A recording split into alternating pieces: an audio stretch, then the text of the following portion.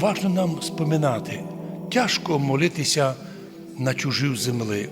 Чому православна церква, українська православна, і нині так береже язик богослуження, традиції, всі псалми, напіви і все, чим ми стали багаті за много років.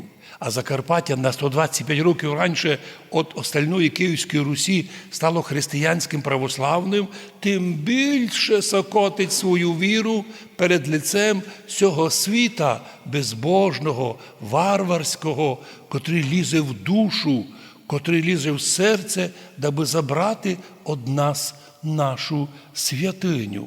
Каже псалмопевець, призиваю всіх людей, щоби кожний раз, коли люба гостина, любий якийсь праздник, щоб ми в першу очередь спом'янули Єрусалим.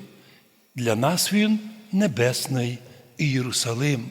Той Єрусалим, гражданам якого ми вже являємося з моменту, коли ми крещені в канонічній церкві, благодатній, і возростаємо духовно. Найбо ніколи наш язик не забив кожен раз, коли ми поздравляємо з днем народження, або маємо поздравлення на свадьбі, або якийсь юбілей, в першу очередь ми не жадали лем здоров'я, а багатства. А согласно псалма, сказали би ми, Господи, благослови нам дітей небесного Єрусалима, ніколи не забувати за свій небесний Єрусалим. А потім уже, най Бог благословить і родителів, і дітей, і знайомих, і близьких, і наш народ, і всіх наших воїнів, всіх переселених, за котрих ми нині молимося.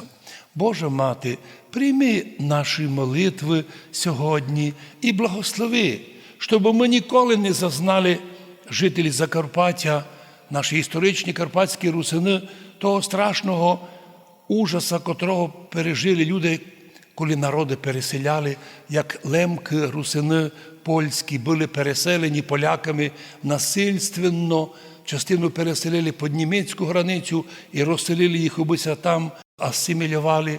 Другу частину перевели на Волинь, і там партійці позирали, щоб нікого з русинів не класти разом з сусідами, а між тих людей, між етнічних українців на Волині, щоб їх більше скорше асимілювалися. Господи, благослови наших людей, котрі тепер вдома, не на чужій, а на своїй землі нині славлять Господа. Поможи нам, щоб ми тут на землі були діти Божі, вірні, благодатні, вірні канонічної церкви, невзирає на то, нас приманювали уже давно і австро-мадярські, і мадярські, і чеські, і совєтські, і различні приманатори, но народ не пішов, бо добре знав, що коли читали Псалом 136 на ріках Вавилонських, то не хотілося нам, щоб за нашу ліність і нас колись депортували, хоча у 44-му році у Совєтському Союзі були такі плани переселити примерно 200 тисяч русинов із Карпатської Руси, но на щастя нашої йшли війни і не хватало вагонів. Але ми кажемо, не то нас спасло, а спасла нас Божа Мати, котра оберігає нас і донині, щоб ми на своїй землі служили службу язиком Кирило-Мефодіївським, вірою православною, і так поступаючи, і тут на землі ніколи не забили перед кожним святом спом'янути, що ми жителі небесного Єрусалима, там у тобі в небесній книзі прописані, а в вічності віримо, а ще прибудемо вірні Богу, зможемо і наслідувати ото вожделенне, інтересне, світлое, благодатне Царство Божоє. Амінь.